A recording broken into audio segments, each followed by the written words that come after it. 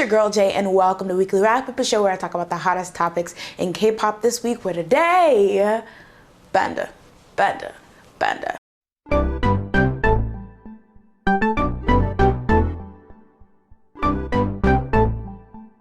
So the first story of the day. So people once again are coming for Taeyeon because of what? Of course, the Instagram. Basically, people were perusing her likes and saw that she liked a video that had Baekhyun from EXO in it. If y'all don't know, if y'all new to K-pop, Taeyeon and Baekhyun used to date. It broke in 2014, and it was announced that they broke up last year. However, one of the things that have just been like, I guess, a conspiracy theory in the K-pop fandom is that they really didn't break up, because although there are articles about the breakup, SM themselves have never released a statement on it, and of course Baekhyun and Taeyeon have never, officially announced it. So there's a lot of people who actually do assume that they're still dating, and that's why a lot of their interactions are like under a microscope, because people are just always looking for receipts as to whether they actually broke up or hints to the idea that they're still dating. Anyway, somebody putting this situation on blast basically made it a field day, and people went through her likes and things like that and pointed out that this isn't the first time she liked something that was Baekhyun related, I guess. Now, a lot of people have been calling her immature and attention seeker, because conversely, Baekhyun hasn't been showing any of this kind of behavior. He hasn't really done anything dealing with Taeyeon. So people are saying that she's being a stunt queen, basically. Now, here's the thing. I feel like a lot of fans of either side were really hurt by the whole situation, but I feel like, why are they making it like what she's doing is ridiculous when they're being ridiculous, or y'all being ridiculous? I don't know who to point it at, but it's like there's nothing wrong with her liking pictures of him. And I feel like it's mature if they did in fact break up and she's still able to look past that and like things that are in support of him or like things that feature him. Not saying that Baekhyun is being bitter by not, interacting or doing anything Taeyeon related, because I get it, the fans would get mad, the fans would start dragging him. However, I think neither approaches to the situation are childish. Not talking about it, not saying anything for the sake of the fans, or just acting like it's not a big deal because, hey, we all break up, we all go out, and at the end of the day, they're still co-workers in the sense that they're under the same entertainment label. So any like super aversion to anything he's doing is not really super necessary. And if you're butthurt over the fact that she may be liking pictures of him, I feel like you need to really get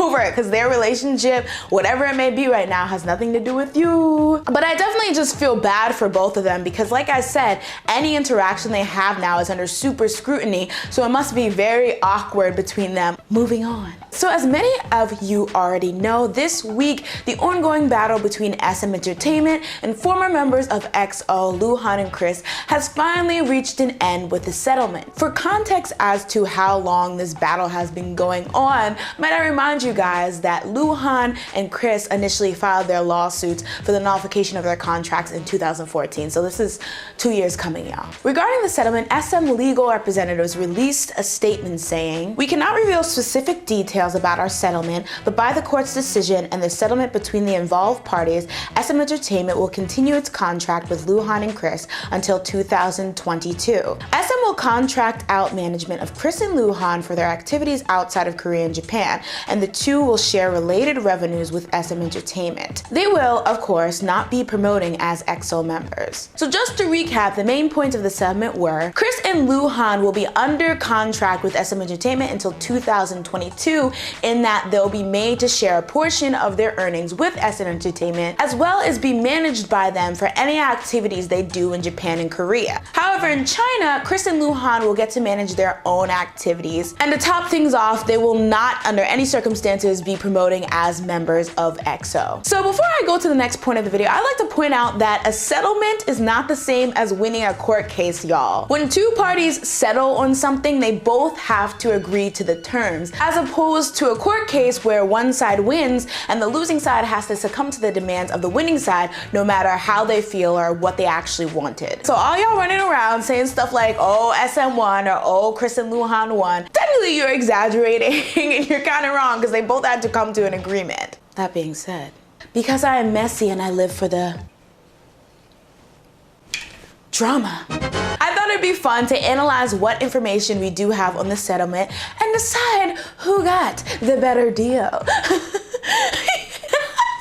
Okay, I'm sorry, I'm real hyped. So fact one, SM has control over Kris and Luhan in Korea and Japan. So seeing as a lot of this had to do with SM trying to manage Kris and Luhan, I say that's point SM. Fact two, Luhan and Kris have to give a portion of their earnings to SM until 2022. Now, there has been a couple numbers floating around as to how much exactly they're going to give or they have to give to SM, but there has been nothing official. So it might be a small portion, it might be a big portion. It's important to point out that this portion of the settlement was actually offered last year, giving 10% of their revenue to SM for 7 years or till 2019. But when that settlement was offered, SM actually rejected that and they went into further mediation. Now that could either mean one or two things, that SM got a higher percentage than 10%, but because the time that they'll have to pay is longer until 2022, they might have settled for a lower. So really, we don't know how much they're getting. Not to mention, this also shows the fact that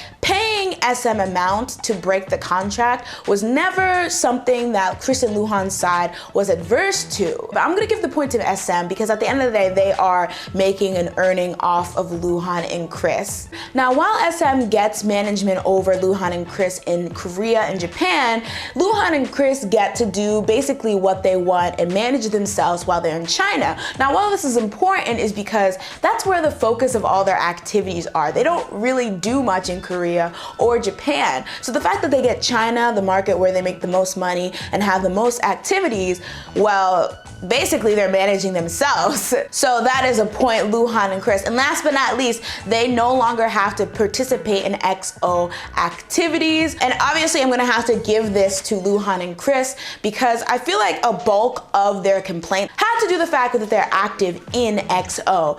The fact that, you know, they've got overworked with XO schedules and discrepancies in treatment between the members and things. They're free of all the burdens that come with it and they're able to focus on their solo careers and kind of like their acting or singing or whatever they want to get into. Oh my God, it's a tie. But then again, that was my opinion, and of course, guys, I always want to know yours. So, are you finally happy that this ongoing battle between SM, Kris, and Luhan is over? And based on the settlement, who do you think got the better deal? Do you think that Taeyeon liking Baekhyun related Instagram posts is a sign that they're either still dating or she's still into them? Or do you think people once again are reading way too into social media? And as always, guys, if you liked the video, make sure you like the video. If you loved the video, make sure you share the video. That's it for today, and see you next time on Weekly Wrap Up.